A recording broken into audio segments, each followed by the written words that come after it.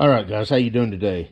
So one thing that has always annoyed me is whenever I've got a TPMS sensor that has went bad, and I either have to take the wheel and tire off my car or take my car to Discount Tire or a tire shop and then pay them to dismount the tire and put a new TPMS sensor in the wheel and program it.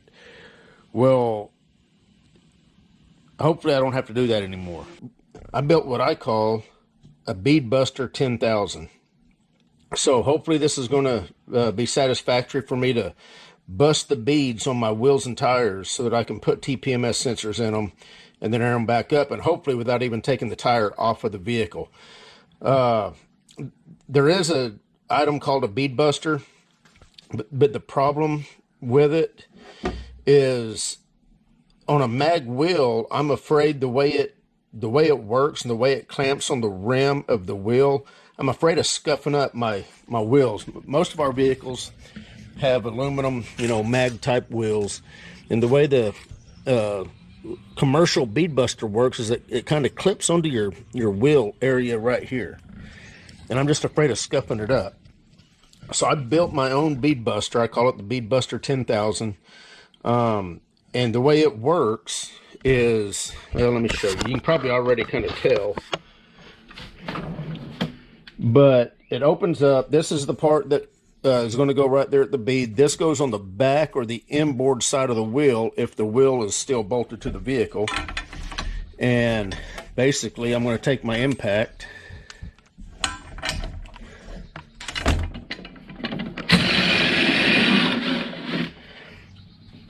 And it's a clamping, basically just a big clamp. This part goes on the inboard side of the wheel. This part goes on the bead part, right where you want to bust the bead loose. And then you're going to hit it with the impact.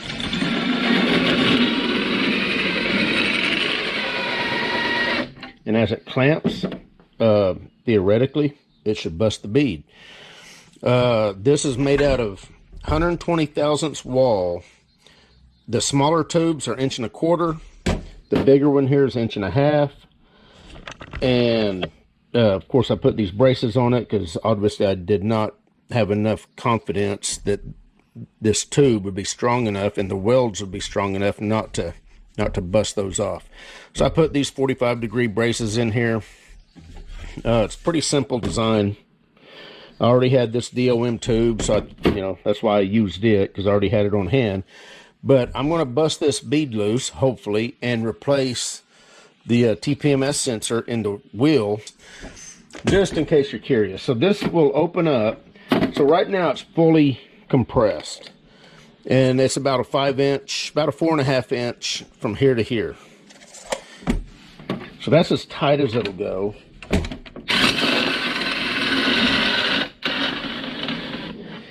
And without opening it up all the way, now the screw, let me show you the screw, just in case you're curious of the whole assembly.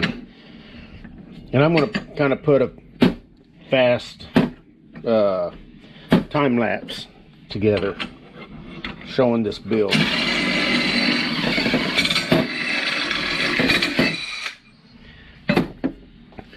So what this is a 3/4 inch Acme thread. And I took a nut, an Acme nut, screwed it on, and then I welded this up. And so that's basically the lead screw or the drive screw, whatever you want to call it. This is 1.5 inches, 120 thousandths wall DOM tube. Just put an end on it. Again, I turned this on the lathe, welded that end on it. This is 1.25 inches. This started out, the threads started out as the same thing as this, and that's a matching 3/4 Acme nut that I turned down, pressed into the tube, and then welded it, and then turned the tube back down so that it's got threads right there at the end. This started out as just hollow DOM tube, and then I cut some, this is 1/4 inch plate, 1/4 inch plate here, 1/4 inch plate, cut that out with my plasma cutter and welded it all up. Yeah, don't make fun of the welds, I'm no welder. And basically this just slides in and out, and then this drive screw threads in. Now the one thing that I might do, if this works the way I'm hoping it's going to work, the way this pivots like that, I'm thinking of drilling a hole in this so I can put a stud, maybe one on each side, and then slotting on my mill, put a slot down each side of this outer tube. That way, once I put this together, of course, this tube will be drilled and tapped. Put that together, have a slot, maybe 1/4 inch, slot, and I'll put a stud on each side. That way it will lock this together and keep it from pivoting, but still allow it to slide back and forth. I don't know if I'm going to do that. Depends on how this is going to work. But anyway, that's basically the way this is hopefully going to work. So let me get set up, and we're going to see if this will actually bust the bead loose. Oh, another feature that I was hoping to be able to pull off is to be able to bust the bead without even removing the wheel from the vehicle. So basically jack the vehicle up, let the air out of the tire, use this to bust the bead loose on the outboard side of the wheel so that I can access the TPMS sensor, unscrew it, or pull a whole new one in and put a new TPMS sensor in, and then air the tire back up and be done. Anyway, let's see if this is going to work and make it happen. And this will open up to about 13 inches. So it'll accommodate up to a 13-inch wide tire. And then, like I showed a little bit ago, it compressed down or closed to about 5.5 inches or so. So I did measure all of our tires on our vehicles. I went about 1 inch over what our widest tire is, which is actually on my truck, and it's 12 inches at the bulge of the tire, because I need to make sure that this will fit over the widest part of the tire, and then get in there to where it will be able to clamp and close on the bead. So that's how I measured all this. Anyway, let me get this set up, and we're going to see if this will bust the bead off the tire, or if I wasted my entire time machining all this, cutting it, and welding it together.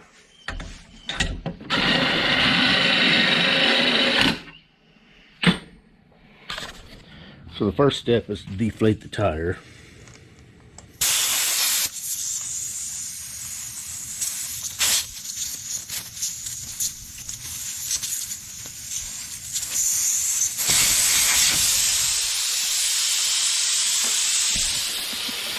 Then we'll get this mounted up and see how it's going to work. All right, guys. So here we go.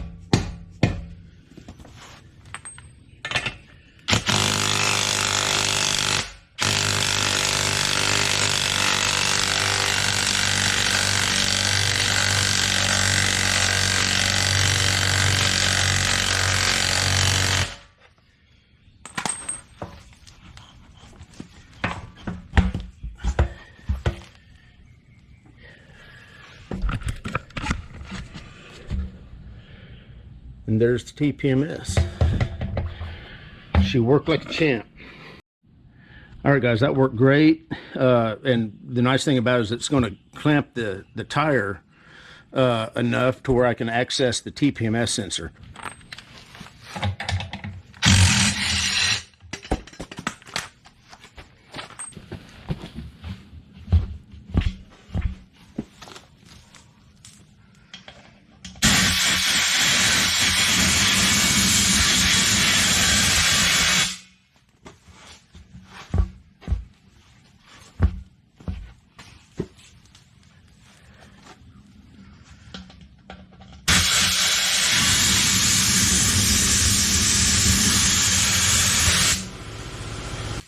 All right, so sometimes you'll have luck if you keep the valve core out, you'll have luck getting the tire aired back up and the bead set. If you don't have luck doing that, and I don't recommend this to just anybody, take you something flammable. This is starting fluid. Doesn't take much.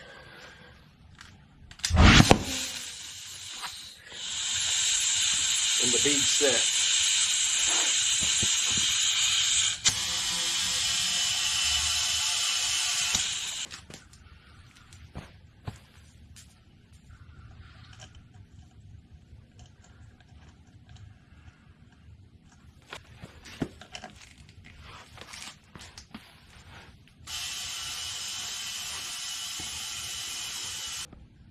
I'd still be waiting there at the tire shop, waiting for them to do this.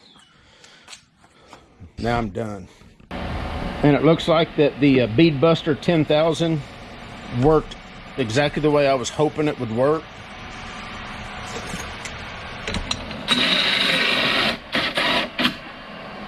In fact, let's just look at the tubing. Still perfectly smooth. There's no galling. I don't see, you know, that these are stressed or bent. It held together and looked like it worked great. Anyway, my homemade Bead Buster 10,000 and putting in a launch sensor in my 2016 GMC Sierra. You guys take care.